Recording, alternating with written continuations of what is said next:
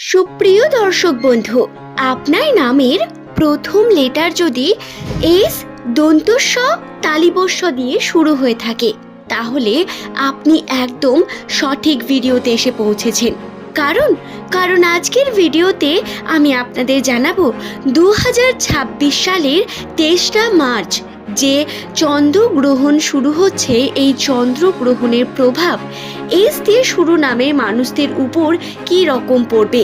বৈদিক শাস্ত্র অনুসারে তাদের রাশির বিশেষ তথ্য আজকে এই ভিডিওতে আপনাদের সামনে তুলে ধরব। সুতরাং যদি আপনার নামের প্রথম লেটার এস দিয়ে হয়ে থাকে অবশ্যই এই ভিডিওটি সম্পূর্ণ দেখুন। অনেক নতুন বিষয় আপনি শিখতে পারবেন, জানতে পারবেন।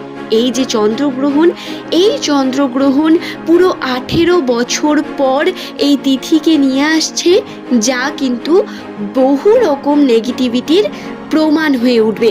সেই প্রত্যেক বিষয়ে আমরা পুঙ্খানুপুঙ্খ আলোচনা করব বন্ধু।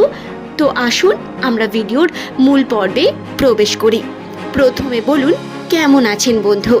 আশা করছি ঈশ্বরের কৃপায় আপনারা প্রত্যেকে সুস্থ আছেন, ভালো আছেন। সংখ্যাতত্ত্বের তথ্য অনুসারে নামের প্রথম লেটার যাদের এস দিয়ে শুরু, রাশির তথ্য তাদের অত্যন্ত জটিলতম পর্যায়ে রেখেছে। বারংবার বিভিন্ন রকম সমস্যা বর্তমান সময় এস নামের মানুষদের কুড়ে খাচ্ছে। কখনো মানসিক চাপ, কর্মে চাপ, পারিবারিক চাপ বর্তমান সময়ের জটিলতাকে বৃদ্ধি করেছে আরও বেশি। যদি কথা বলা যায় এস নামের মানুষদের বর্তমান পরিস্থিতি নিয়ে, তা অত্যন্তই কঠিনতার মধ্য দিয়ে যাচ্ছে প্রতিনিয়ত। আর্থিক ক্ষেত্রে সফলতা এসেও হাতের মুঠোয় তা আসছে না। খারাপ ঘটনা একটার পর একটা ঘটেই চলেছে এবং চ্যালেঞ্জের মুখে পড়তে হচ্ছে বারংবার। মোট কথা, সমস্যার শেষ নেই বর্তমান সময়ে। তার উপর রাশির এই প্রতিনিয়ত নেগেটিভ পরিবর্তন বারংবার মানসিক চাপকে বৃদ্ধি করছে এস নামের মানুষদের উপর। 23 মার্চ ঘটছে চন্দ্রগ্রহণ। এই গ্রহণের প্রভাব প্রত্যেকের উপর পড়বেই এবং সেই প্রভাবও কিন্তু নেগেটিভ। আজকের এই ভিডিওতে গ্রহণের সূতক সময় থেকে শুরু করে গ্রহণ কখন শুরু হবে এবং কখন শেষ হবে তার প্রপার সময় সম্পর্কে আপনাদের জানিয়ে দেব। গ্রহণের স্থিতিকাল সম্পর্কে জানার আগে এস নামের মানুষদের সম্পর্কে কিছু বিষয় জানা অত্যন্ত গুরুত্বপূর্ণ। নামের প্রথমে যাদের এস থাকে সেই সমস্ত মানুষদের মন সাধারণত সততার মধ্য দিয়েই এগিয়ে চলে। মানুষকে সাহায্য করে আনন্দ পান তারা, কিন্তু জীবনে থাকে প্রচুর পরিমাণ অগ্নি পরীক্ষা। আপনার নামের প্রথম লেটার যদি এস দিয়ে শুরু হয় আপনি নিশ্চয়ই মেলাতে পারবেন। আপনার অবজারভেশন পাওয়ার, দৃষ্টিভঙ্গি অন্যদের তুলনায় অনেক বেশি আলাদা এবং জীবন চক্রেও কিছু এক্সট্রা পরীক্ষা ভগবান আপনাকে দিয়ে থাকে। রাশির প্রতিনিয়ত পরিবর্তন পরীক্ষা নিয়ে চলেছে আপনাদের বারংবার। 2026 সালে এস নামের মানুষদের উন্নতির সম্ভাবনা বৃদ্ধি পাবে ধীরে ধীরে। যদিও বছরের প্রথম কয়েকটি মাসে পরিশ্রমের পরিমাণ বৃদ্ধি পাবে, তার সঙ্গে থাকবে মানসিক চাপ। ফাল্গুন পূর্ণিমার বিশেষ তিথিতে সংঘটিত হচ্ছে চন্দ্রগ্রহণ। 23 মার্চ মঙ্গলবার দিন এই চন্দ্রগ্রহণ সংঘটিত হবে। 18 বছর পর এই চন্দ্রগ্রহণ সংঘটিত হচ্ছে, তার সঙ্গে আবার এই দিন হোলিরও একটি বিশেষ তিথি, যা প্রধানত নেগেটিভ এনার্জিকে আরও বেশি করে বৃদ্ধি করেছে। তাই এই সময় বহু রাশির উপর খারাপ প্রভাব পড়বে। আপনার রাশি যদি মেষ রাশি, কর্কট রাশি, কন্যা রাশির মধ্যে হয়ে থাকে অবশ্যই আপনাকে এক্সট্রা সতর্কতা নিয়ে আসতে হবে নিজের মধ্যে। যেহেতু এদিন হোলি বা দোল উৎসব, তাই কেউ কিন্তু ভুল করেও এই চন্দ্রগ্রহণের সময় ভুল করে রং খেলে ফেলবেন না, কারণ এই সময় শুভ যে কোনো কার্য করা থেকে বিরত থাকতে বলা হয়ে থাকে। এই সময় যদি আপনি রং খেলেন বা যদি শুভ কোনো কার্য করেন তাতে নেগেটিভিটি আরও বৃদ্ধি পায় আপনার উপর।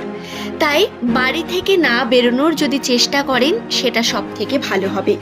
কোথা থেকে দেখা যাবে এই গ্রহণ? প্রধানত পূর্ব এশিয়া, অস্ট্রেলিয়া, প্রশান্ত মহাসাগরীয় জায়গার বিভিন্ন অঞ্চল থেকে, এছাড়া উত্তর ও মধ্য আমেরিকা, দক্ষিণ আমেরিকার পশ্চিমাংশে এই চন্দ্রগ্রহণ সব থেকে বেশি পরিলক্ষিত হবে। বাংলাদেশ, ভারতবর্ষেও এই চন্দ্রগ্রহণ সমানভাবেই দেখা যাবে। বাংলাদেশে এর সময় হচ্ছে, চন্দ্রগ্রহণ শুরু হবে দুপুর 3:50 থেকে এবং চন্দ্রগ্রহণ শেষ হবে 7:18 পর্যন্ত সন্ধ্যা, এবং চন্দ্রগ্রহণের যে মধ্যকাল তা থাকবে 5টা থেকে 35 মিনিটের সময় থেকে। ভারতবর্ষে এই চন্দ্রগ্রহণ শুরু হচ্ছে দুপুর 3টে থেকে 20 মিনিট পর্যন্ত এবং শেষ হবে 6টা থেকে 47 মিনিট পর্যন্ত। এক্ষেত্রে মনে রাখতে হবে, চন্দ্রগ্রহণ শুরু হওয়ার 12 ঘন্টা আগে থেকে কিন্তু এর সূতক সময় শুরু হয়ে যায়, এবং সূতক সময় শুরু হয়ে যাওয়ার অর্থ হলো এই সময় থেকেই আপনাকে শুভ কার্যগুলি থেকে বিরত থাকতে হবে। ভারতবর্ষে প্রায় এই খণ্ডগ্রাস চন্দ্রগ্রহণ সকাল 6:20 থেকেই এর সূতক সময় শুরু হয়ে যাবে। যেহেতু চন্দ্রগ্রহণ পরিলক্ষিত হবে, সেহেতু এর সূতক সময় অত্যন্ত গুরুত্বপূর্ণ। এই সময় খাবারের উপর তুলসী পাতা দেওয়া, খাবারকে সঠিকভাবে ঢেকে রেখে খাবার খাওয়া এবং বাড়ির বাচ্চাদের এক্সট্রা কেয়ার, বাড়ির মধ্যে থাকা গর্ভবতী মহিলাদের এক্সট্রা কেয়ারের সঙ্গে থাকার প্রয়োজনীয়তা বর্তমান রয়েছে অনেক বেশি।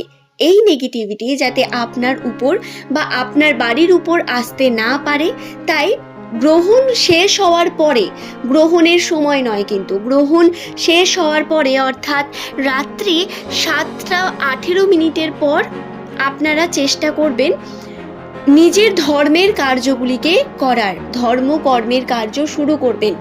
যদি মুসলিম হন, নামাজ কোরআন পড়তে শুরু করবেন। যদি আপনি হিন্দু হন, তো ধূপ ধুনো দিয়ে ঘরকে পবিত্র করবেন। এটি অত্যন্ত গুরুত্বপূর্ণ। শঙ্খধ্বনিও করতে পারেন, কিন্তু সেটা গ্রহণ শেষ হওয়ার পরে, তার আগে কিন্তু নয়। এই বিষয়গুলি খেয়াল রাখবেন বন্ধু। চন্দ্রগ্রহণের এই তিথি আপনাদের উপর নেগেটিভিটি নিয়ে এলেও আপনি যদি নিজের মধ্যে এই বিষয়গুলিকে খেয়াল রাখতে পারেন, নিরামিষ আহার গ্রহণ করে নিজেকে সংযত রাখতে পারেন, পুরো দিনে নেগেটিভ কোনো কর্ম যদি না করেন এবং যদি সাবধানে থাকেন, অবশ্যই এই নেগেটিভিটি আপনার উপর পড়বে না। রাশির যে পরিবর্তন, তার প্রভাব কিছুটা হলেও কমবে। এই নিয়ে আরও বিস্তারে ভিডিও পরবর্তীকালে নিয়ে আসবো, তাই অবশ্যই সঙ্গে থাকুন। আজ এই পর্যন্তই। ধন্যবাদ প্রত্যেককে।